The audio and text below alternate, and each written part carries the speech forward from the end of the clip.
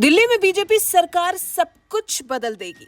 आपकी शराब नीति को भी नया करेगी। क्या दिल्ली में लागू होगी नई आबकारी नीति? सीएम रेखा गुप्ता क्या नए संकेत दे रही? शराब नीति को लेकर ही बुरे फंसे हैं केजरीवाल, जमानत पर चल रहे हैं बाहर। अब एक्साइज पॉलिसी में क्या आएगा नया बदलाव? क्या दिल्ली का राजस्व बढ़ाने का है कोई प्लान? किसके पास है दिल्ली का आबकारी विभाग में किन समस्याओं का निकाला जाना है समाधान? दिल्ली में शराब नीति को लेकर बात होना कोई नई बात नहीं है। आम आदमी पार्टी सरकार के राज में इस एक नीति को लेकर इतनी बातें हुई हैं, इतने बदलाव हुए हैं, इतने नेता जेल की सलाखों के अंदर बाहर हुए हैं कि इस एक नीति को लेकर दिल्ली सजग मोड में आ चुकी है। लेकिन क्योंकि दिल्ली में अब सरकार बदल चुकी है, दिल्ली में बीजेपी ने बम्पर जीत हासिल कर केजरीवाल से सत्ता छीन ली है, तो अब अन्य कामों के साथ साथ इस एक नीति पर भी काम शुरू हो गया है। दिल्ली की शराब नीति को लेकर सीएम रेखा गुप्ता ने बहुत बड़ा प्लान तैयार किया है, जिसका मकसद दिल्ली का राजस्व बढ़ाना है, साथ ही जरूरत के हिसाब से लोगों तक शराब की उपलब्धता सुनिश्चित करवाना भी है।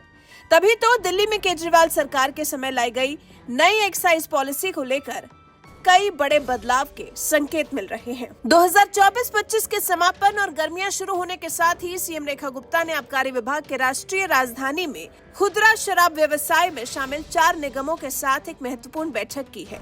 इस बैठक का मकसद दिल्ली में राजस्व को बढ़ाना और दुकानों पर सभी ब्रांड्स की शराब का स्टॉक सुनिश्चित करना है। आप सरकार के राज में लागू हुई शराब नीति में कुछ एक ब्रांड्स को ज्यादा महत्ता देने की बात सामने आई थी, जिससे दिल्ली वासियों को या तो हरियाणा या फिर उत्तर प्रदेश जाना पड़ता था अपनी पसंदीदा शराब के लिए।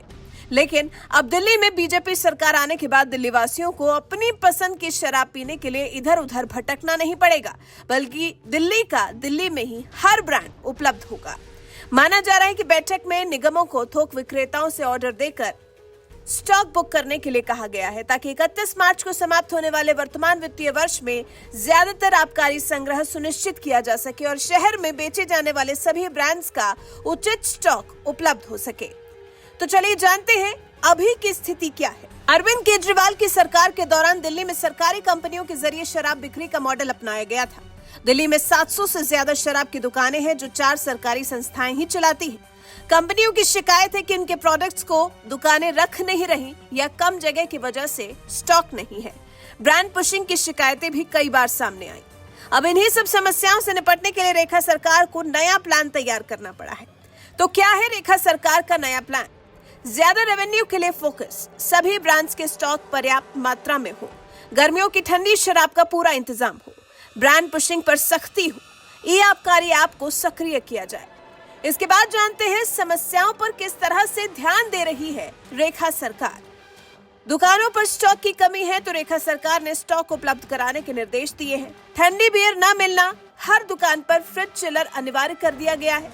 चुने हुए ब्रांड्स को बेचना ये एक समस्या थी, जिस पर रेखा सरकार ने ग्राहक की पसंद का ब्रांड उपलब्ध कराने का निर्देश दिया है। दुकानों की संख्या कम थी और दुकानें छोटी भी थी, जिस पर रेखा सरकार ने नई दुकानें खोलने और स्टोरेज बढ़ाने का निर्देश दिया है। ग्राहकों को सही जानकारी नहीं मिल पा रही थी, जिस पर ई आबकारी ऐप को अपडेट कर ग्राहकों को सही जानकारी उपलब्ध कराने का निर्देश दिया गया है। तो ये हैं कुछ समस्याएं और कुछ समाधान जो रेखा सरकार की तरफ से निकाले गए हैं। अब अगला सवाल ये हो सकता है कि रेखा सरकार ये कदम क्यों उठा रही है? 6400 करोड़ के रेवेन्यू टारगेट को पूरा करना है, पिछली सरकार की शराब नीति की आलोचना से बचना है, आम जनता में एक भरोसा और एक तरह की पारदर्शिता को बढ़ाना है, एक नई और साफ सुथरी नीति पेश करना है, ताकि आगामी चुनाव में भी जनता का समर्थन मिल सके। शराब नीति को लेकर हो रहे इतने काम की वजह से ही कहा जा रहा है कि संभव है कि आगे शराब नीति को बदलने पर भी काम हो सकता है। ये भी जान लेते हैं कि रेखा सरकार की तरफ से और क्या कुछ बदला जा सकता है। तो नीति में निजी दुकानों की वापसी पर विचार हो सकता है, नई टेंडर प्रणाली भी लागू हो सकती है, जिससे ब्रांड को उचित जगह और बिक्री मिले। कुल शराब की दुकानें बढ़ाई जा सकती हैं, ताकि अवैध बिक्री पर रोक लगाई जा सके। तो कुल मिलाकर अब रेखा सरकार ने इस दिशा में भी तेजी से काम करना शुरू कर दिया है। रेखा सरकार दिल्ली में यमुना, प्रदूषण, साफ सफाई, स्वच्छ पानी के अलावा उस एक मुद्दे पर भी जोर शोर से काम करने में जुट गई है, जिसके लिए अरविंद केजरीवाल समेत उनकी पार्टी के कई नेता काफी लंबे लपेटे में आए हैं। वैसे दिल्ली की नई सरकार की तरफ से शराब नीति को लेकर किए जा रहे इस कामकाज पर आपके विचार हमें कमेंट कर जरूर बताइएगा। साथ ही हमारे चैनल को सब्सक्राइब कर बेल आइकन दबाना बिल्कुल मत भूलिएगा।